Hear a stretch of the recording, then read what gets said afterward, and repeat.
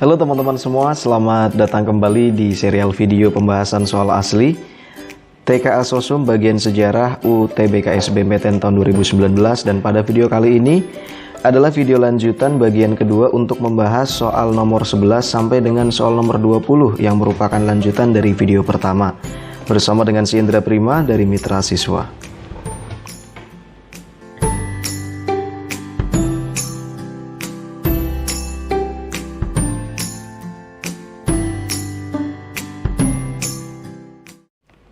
Oke, kita lanjutkan ke pembahasan soal kali ini pada soal nomor 11.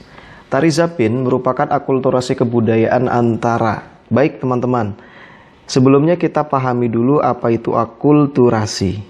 Akulturasi adalah proses perpaduan kebudayaan di mana kebudayaan A bercampur dengan kebudayaan B menghasilkan kebudayaan AB, yang berarti bahwa masing-masing dari kebudayaan masih dapat terlihat, tidak memunculkan suatu kebudayaan baru.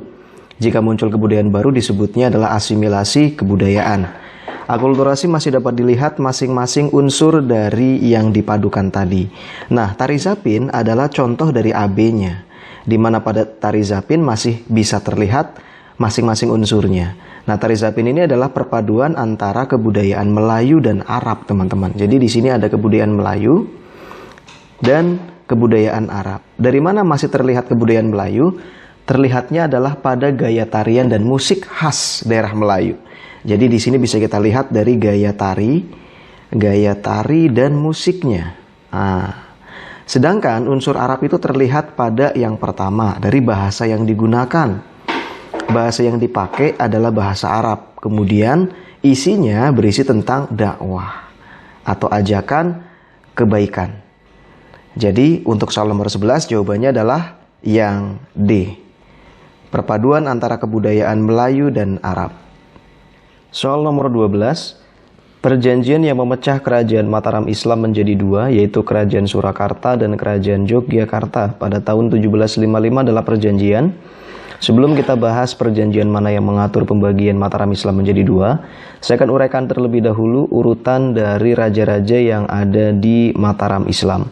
Yang pertama, rajanya adalah Panembahan Senopati, teman-teman. Kemudian setelah Panembahan Senopati dilanjutkan oleh Panembahan Krapyak. Putra dari Panembahan Krapyak ini bernama Sultan Agung atau Raden Mas Rangsang, yang kita kenal akan kegagahannya dalam melakukan agresi atau perlawanan terhadap VOC Belanda. Sultan Agung. Setelah Sultan Agung, kerajaan Mataram Islam dipimpin oleh Amangkurat I. Berlanjut Amangkurat I, kemudian Amangkurat II, Amangkurat III. Nah, setelah Amangkurat III di sini muncul raja atau dilanjutkan kerajaan Mataram Islam oleh Pakubuwono I. Setelah itu dilanjutkan oleh Amangkurat IV dan kembali lagi ke Pakubuwono II. Nah, fase ini teman-teman, kerajaan Mataram Islam akhirnya dibagi menjadi dua, yaitu di tahun 1755, di mana ada dua kerajaan pecahan dari Mataram Islam. Yang pertama adalah kerajaan Surakarta yang dipimpin oleh Pakubuwono III dan kerajaan Yogyakarta yang dipimpin oleh Sultan Hamengkubuwono ke-1. Nah, gitu ya silsilahnya teman-teman. Jadi perjanjian yang mengatur di tahun 1755 pembagian kerajaan Mataram Islam ini adalah perjanjian Giyanti. Jadi jawabannya adalah yang A. Soal nomor 13, latar belakang yang menyulut perang kemerdekaan Amerika adalah. Baik, teman-teman. Kenapa di sini ada kata perang kemerdekaan? Amerika sebagai negara superpower yang kita kenal saat ini, kenapa dia melakukan perang kemerdekaan? Karena pada masa lalu Amerika merupakan daerah dari koloni Inggris, teman-teman. Jadi perang kemerdekaan Amerika adalah perang melawan Inggris. Peristiwa ini diawali dari datangnya 3 kapal dari Inggris yang berisi muatan teh. 3 kapal Inggris ini berlabuh ke Boston. Kedatangan 3 kapal dari Inggris ini yang berisi muatan teh memberikan kewajiban kepada masyarakat atau warga Amerika untuk membayar teh tersebut. Nah, karena diminta untuk bayar teh yang datang itu, akhirnya memicu kemarahan warga Amerika. Dengan melakukan apa? Tindakan yang dilakukan oleh warga Amerika adalah membuang muatan teh yang ada dalam kapal tersebut ke laut. Otomatis hal ini mendapatkan respon balik dari pemerintah atau koloni Inggris dengan mengeluarkan yang namanya Coercive Act. Nah, Coercive Act ini adalah undang-undang yang berisi paksaan terhadap koloni Inggris. Dan di sini termasuk Amerika. Nah, tentu saja hal ini memicu kemarahan kembali bagi warga Amerika dan akhirnya terjadilah Perang Kemerdekaan Amerika. Peristiwa ini terjadi di tahun 1774 yang dikenal dengan peristiwa Boston Tea Party. Jadi itulah latar belakang yang memicu terjadinya Perang Kemerdekaan Amerika karena diawali dari peristiwa pembuangan teh yang ada di kapal-kapal Inggris ke laut oleh warga Amerika. Peristiwa itu disebut dengan Boston Tea Party. Jadi jawabannya adalah yang A. Soal nomor 14. Usulan penyelesaian Irian Barat yang berisi penyerahan Irian Barat kepada Indonesia melalui PBB dalam waktu 2 tahun dilakukan oleh siapa teman-teman ya? Baik. Penyerahan Irian Barat kepada Indonesia merupakan buntut dari konflik yang terjadi antara Indonesia dengan Belanda. Konflik antara Indonesia dan Belanda terkait dengan Irian Barat mendapatkan perhatian dari dunia ya, dari PBB. Dan mendapatkan perhatian serta dukungan dari Presiden John F. Kennedy. Jadi Presiden John F. Kennedy dan juga Perdana Menteri Inggris. Lalu, usul-usul terkait dengan upaya-upaya untuk penyerahan Irian Barat kepada Indonesia ini disusun oleh yang namanya Ellsworth Bunker. Di mana Ellsworth Bunker memberikan usul pada tanggal 6 April 1962 yang berisi 4 hal. Yang pertama adalah bagaimana proses penyerahan Irian Barat kepada Indonesia. Yang pertama pada tahun pertama. Jadi tahun pertama di mana berangsur-angsur pemerintah Belanda harus menarik diri dari Irian Barat. Jadi pulang ya, menarik diri dari Irian Barat. Kemudian yang kedua, pada tahun kedua, pemerintah Indonesia mulai masuk. Jadi mulai masuk ke Irian Barat. Intinya seperti itu. Usul yang ketiga, setelah tahun pertama selesai, tahun kedua selesai, maka pemerintahan secara full akan diserahkan kepada Indonesia. Serahkan kepada Indonesia. Dan yang keempat, Badan Internasional akan menjamin self-determination bagi penduduk pribumi Irian Barat. Jadi diperlakukan yang namanya self-determination. Ya, merupakan jaminan keamanan bagi masyarakat pribumi Irian Barat oleh Badan Internasional yaitu PBB. Berarti jelas ya teman-teman bahwa usulan penyelesaian penyerahan Irian Barat kepada Indonesia merupakan usul dari Ellsworth Bunker dan secara resmi diumumkan oleh Dr. Subandrio pada tanggal 7 April 1962 menyatakan pada pers bahwa Indonesia menerima usul yang diberikan oleh Ellsworth Bunker tersebut. Oke, soal nomor 14 jawabannya adalah yang B. Oke, soal nomor 15 dan kali ini soalnya berupa gambar teman-teman. Ini merupakan lukisan ya. Oke, lukisan dari siapakah ini teman-teman? Ini cukup terkenal dan salah satu lukisan yang paling terkenal di dunia. Ini merupakan lukisan Mona Lisa. Mona Lisa ini adalah hasil lukisan yang dibuat oleh Leonardo da Vinci. Nah, ini jawabannya sudah ada yang C. Lukisan ini dibuat pada abad pencerahan Eropa, yaitu pada abad ke-16. di mana lukisan ini dibuat di atas kayu poplar ya, merupakan lukisan minyak, dan lukisan ini dianggap sebagai lukisan yang paling terkenal di dunia pada abad pencerahan Eropa. Jawabannya sudah jelas, yang C. Oke, soal nomor 16 di sini masih berupa gambar. Gambar di atas menunjukkan salah satu organisasi bentukan Jepang di Indonesia. Organisasi tersebut adalah, oke teman-teman, sebagaimana kita tahu bahwa pemerintah Indonesia atau tokoh-tokoh nasional, belum pemerintahan ya, tokoh-tokoh nasional Indonesia seperti Soekarno, Muhammad Hatta, dan lain-lain bersepakat untuk kooperatif terhadap pemerintah Jepang. Nah, upaya kooperatif ini ditandai dengan dibentuknya banyak organisasi-organisasi untuk kepentingan Jepang dalam Perang Asia Timur Raya, teman-teman. Oke, nah salah satu organisasi-organisasi yang dibuat, nah ini macam-macam nih, seperti di pilihan ganda Heiho, itu Barisan Cadangan Prajurit. Jadi cadangan prajurit. Kemudian PETA, PETA itu Pembela Tanah Air ya, merupakan organisasi militer. Singkatan dari Pembela Tanah Air. Kemudian Seinendan adalah Barisan Pemuda. Fujinkai adalah Barisan Wanita. Dan Putra adalah Pusat Tenaga Rakyat yang menjangkau banyak kalangan. Jadi ini Pusat Tenaga Rakyat yang menjangkau ya. Jadi lebih luas cakupannya, teman-teman. Oke, sekarang kita kembali ke gambar ini. Kemuliaan untuk keadilan dan kemuliaan.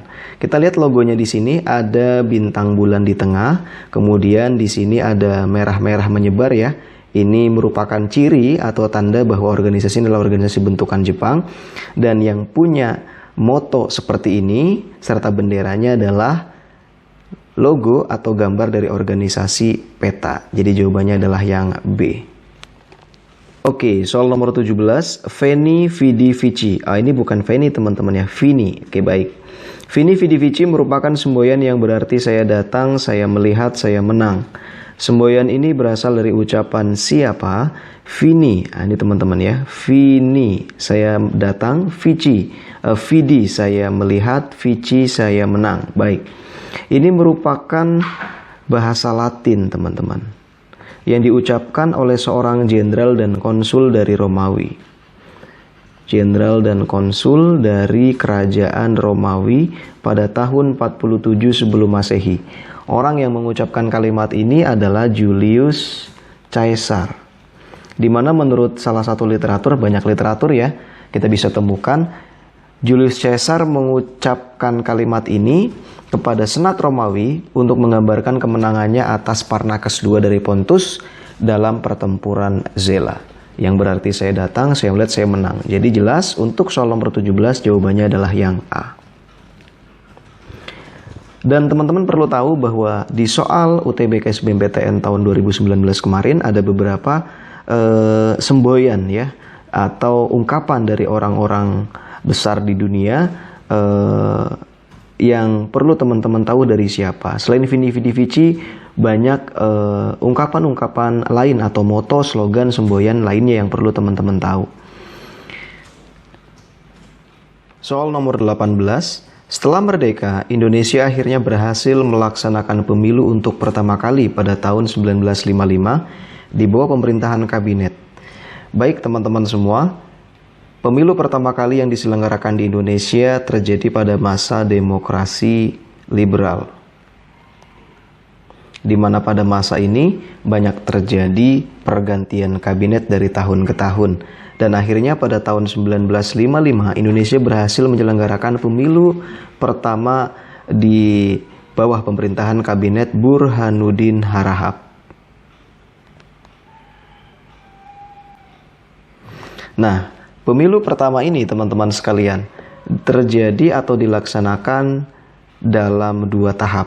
Tahap yang pertama itu dilakukan pada tanggal 29 September tahun 1955 untuk memilih anggota DPR. Sedangkan tahap kedua itu dilakukan pada tanggal 15 Desember tahun 1955 untuk memilih anggota konstituante. Oke? Jadi jawaban untuk soal nomor 18 ini adalah yang D. Pemilu pertama diselenggarakan pada masa Kabinet Burhanuddin Harahap. Dan peserta atau partai politik yang mengikuti pemilu pertama ini ada 29 parpol, teman-teman ya. Soal nomor 19, pasca reformasi tahun 98, lebih dari 100 parpol telah berdiri. Namun tidak semuanya dapat ikut berkontestasi pada pemilu tahun 99. Partai yang ikut serta dalam pemilu tahun 99 sejumlah berapa banyak, teman-teman? Baik, sebelum reformasi tahun 98, kita kenal dengan masa Orde Baru. Pada masa Orde Baru ini, yang ikut serta dalam kontestasi pemilu hanya 2 parpol, ditambah dengan 1 golongan karya, di mana Partai Persatuan Pembangunan, kemudian Partai Demokrasi Indonesia, dan golongan karya atau Golkar, teman-teman ya. Ini adalah kontestan pemilu pada masa Orde Baru, hanya 3 kontestan saja. Nah, setelah reformasi, setahun setelah reformasi yaitu pada tahun 99, Indonesia berhasil menyelenggarakan pemilu dengan jumlah kontestan atau partai politik berjumlah 48 parpol. Sekaligus ini merupakan jumlah partai politik terbanyak yang ikut serta dalam penyelenggaraan pemilu dari tahun 99 sampai tahun 2019 kemarin, teman-teman ya. Nah, pemilu tahun 99 ini dilaksanakan pada tanggal 7 Juni 1999, di mana pada pemilu ini untuk memilih anggota DPR dan juga anggota DPRD, sekaligus pemilu terakhir yang diikuti oleh Provinsi Timor Timur sebelum lepas dari Indonesia. Soal nomor 20 dan sekaligus soal terakhir pada video kali ini, alasan pembentukan Pemerintahan Darurat Republik Indonesia atau kita singkat dengan PDRI, teman-teman ya, yang dipimpin oleh Syafruddin Prawiranegara adalah apa alasan kenapa dibentuk PDRI? Baik teman-teman semua, penyelenggaraan PDRI ini ada pada periode 22 Desember 1948 sampai 13 Juli 1949, di mana pada saat itu Belanda ingin kembali menjajah Indonesia. Dan sebelum tanggal 22 Desember ini diawali dengan penangkapan Soekarno dan Hatta oleh Belanda. Soekarno dan Hatta ditangkap oleh Belanda pada tanggal 19 Desember tahun 1948, di mana sebelumnya mereka sempat mengadakan rapat dan memberikan mandat. Soekarno-Hatta ya sempat memberikan mandat kepada Syafruddin Prawiranegara untuk membentuk pemerintahan sementara. Tujuannya adalah untuk menunjukkan kepada dunia luar bahwa NKRI masih tetap berdiri dan berdaulat. Jadi jawaban yang cocok untuk soal nomor 20 adalah yang D.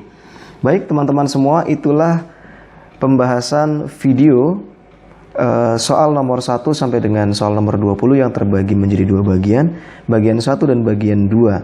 Masih banyak contoh-contoh soal-soal yang sudah kami himpun, teman-teman, di mana soal-soal yang kami tampilkan pada video kali ini merupakan soal-soal yang berhasil kami kumpulkan dari pengalaman teman-teman tahun ajaran lalu yang ikut di UTBK SBMPTN tahun 2019. Selain 20 soal ini, masih banyak juga soal-soal yang berhasil kami kumpulkan melalui wawancara dengan peserta yang ikut serta di UTBK tahun kemarin. Jadi mudah-mudahan soal-soal ini memberikan gambaran buat teman-teman semua untuk persiapan di UTBK tahun 2020. Sampai ketemu di video berikutnya. Mitra siswa Dare to Dream, Grab the Future. Kalau teman-teman merasa terbantu dengan video ini, silahkan bisa klik like, share, dan juga subscribe. Selamat menonton video mitra siswa lainnya. Dare to Dream, Grab the Future.